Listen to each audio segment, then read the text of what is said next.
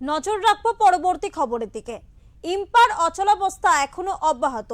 সমস্যা মেটাতে সম্প্রতি ইম্পার তরফে এক বৈঠকে হাজির হন পিয়া সেনগুপ্ত, শতদীপ সাহা এবং অন্যান্য সদস্যরা, কিন্তু সমাধান সূত্র না মেলায় তারা ফের বৈঠকে বসতে চলেছেন আগামী 22 তারিখ। সমস্যা ক্রমেই ঘনীভূত হচ্ছে। সমস্যা মেটাতে টলিউডের অন্দরে তৎপরতা চললেও এখনো ইতিবাচক সমাধান মেলেনি। রাজনৈতিক পালাবদলের পর থেকে ইন্ডাস্ট্রির ভেতরে জমতে শুরু করেছে একের পর এক প্রশ্ন। কোন ছবি কবে মুক্তি পাবে? স্ক্রিনিং কমিটি ঠিক কোন নিয়মে সিদ্ধান্ত নেবে?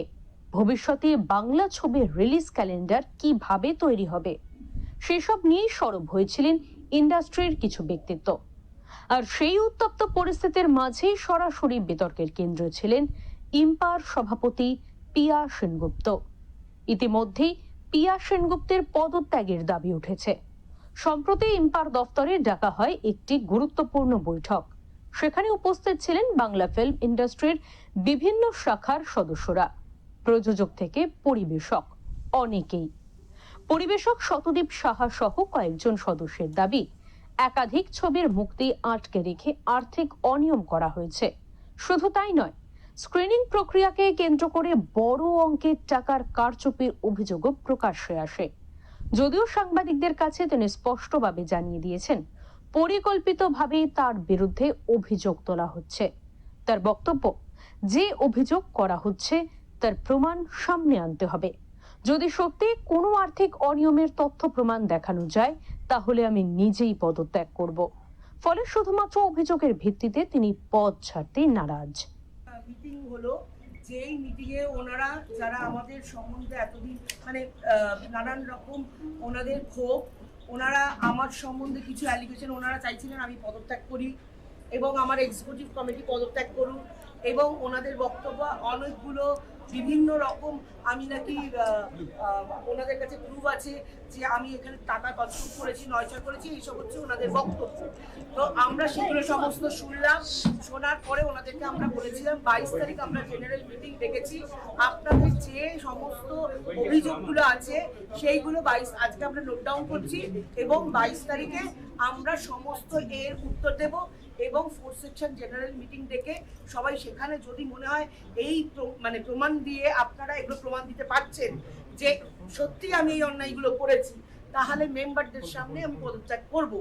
এবং ওরা তখন বলছে এই কমিটিটাই অবৈধ, আমরা 22 তারিখ অব্দি মানবো না, এই করবো না, এসব বলছেন। তখন আমরা বললাম যে আমাদের যে কমিটি অবৈধ সেটা কে বলবে? তাহলে আমরা না, আপনাদের কমিটি অবৈধ। আমি তখন বললাম যে দেখুন, তাহলে আমাদের কমিটি বৈধ কি অবৈধ আমাদের কোর্টে যেতে হবে। কোর্ট থেকে যে অর্ডারটার ভিত্তিতে আপনারা বলছেন আমাদের কমিটি অবৈধ, আমরা 22 তারিখে জেনারেল মিটিং ডেকেছি, এবার আমরা কোর্টে যাব। আমাদের কমিটি যদি অবৈধ হয়, আমরা সঙ্গে সঙ্গে 22 তারিখের আগেই কোর্টে, যদি আমরা কালকে না হলে পরশুদিন আমরা আমাদের প্রসেস আছে, কালকেই আমরা হয়তো কোর্টে মুভ করব। যদি কোর্টের থেকে যে মুহূর্তে অর্ডার পাবো সেই মুহূর্তে আমার ইসি কমিটির সবাই আমরা রিজাইন করবো, আপনাদের বলতে হবে না। আর যদি এটা বৈধ হয় তাহলে আমরা যেভাবে লিগালি কাজ করছি সেইভাবে কাজ করব। এবং আমি এখনো বলছি, আমার সম্বন্ধে যত রকম অ্যালিগেশন লাগানো হয়েছে এবং সেগুলো সর্বৈব মিথ্যে, এবং আমরা প্রত্যেকটা ক্ষেত্রে আমি তার প্রমাণ দিয়েছি। পাশাপাশি অভিযোগকারীদের পক্ষ থেকেও জানানো হয়েছে খুব শীঘ্রই সমস্ত নথি এবং প্রমাণ প্রকাশ্যে আনা হবে। ফলে টলিউডের অন্দরে এই যে সংঘাত, এখনই যে তা থামছে না তা কার্যত স্পষ্ট। বরং আগামী দিনে এই বিতর্ক আরো বিস্ফোরক মোড় নিতে পারে বলেই মনে করছেন ইন্ডাস্ট্রির অনেকেই। এখন অবধি শেষ হয়েছে, 2:30 থেকে শুরু হয়েছিল, এখন 6:15 বাজে। মিটিং মোটামুটি ভালোই হয়েছে। মিটিং নিয়ে আমাদের যা বক্তব্য ছিল আমরা ওনাদের বলেছি, ওনাদের কিছু বক্তব্য ছিল সেটা আমরা শুনেছি, কিছু আমাদের বক্তব্যের ওরা রিপ্লাই করতে পারেনি, সেটার জন্য ওরা একটু সময় চেয়েছে এবং ওনারা বলছেন 22 তারিখে আবার মিটিং ডাকবে।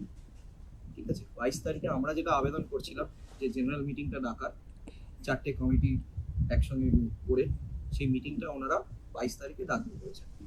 এবং মাঝখানে তারপর লাস্টের দিকে অনেক রকম আলোচনা হয়েছে যে উনি পদত্যাগও করতে পারেন, সেই দিন পুরো কমিটিটা পদত্যাগ করতে পারে। তো কেননা আমরা কাউকে জোর করিনি, কারণ এটা কথাবার্তার মধ্যে দিয়ে আমাদের এসছে একটা কনফিউশনে যে ওনাদের কোনো কমিটিটাও পদত্যাগ করতে পারে, উনিও পদত্যাগ করতে পারে। তো এটা একটা কথাবার্তার মধ্যে দিয়ে এসছে। এখন বাকিটা এখন ওনারা, আমি জানি না আপনাদের কি বলেছে এর আগে, তা আপনাদের একজন যদি প্রমাণিত হয় আচ্ছা, কিন্তু ভেতরে কিন্তু সেটাই কথা হয়েছে যে আমি আর থাকবো না, আমি ছেড়ে দেবো, আমি পদত্যাগ করবো।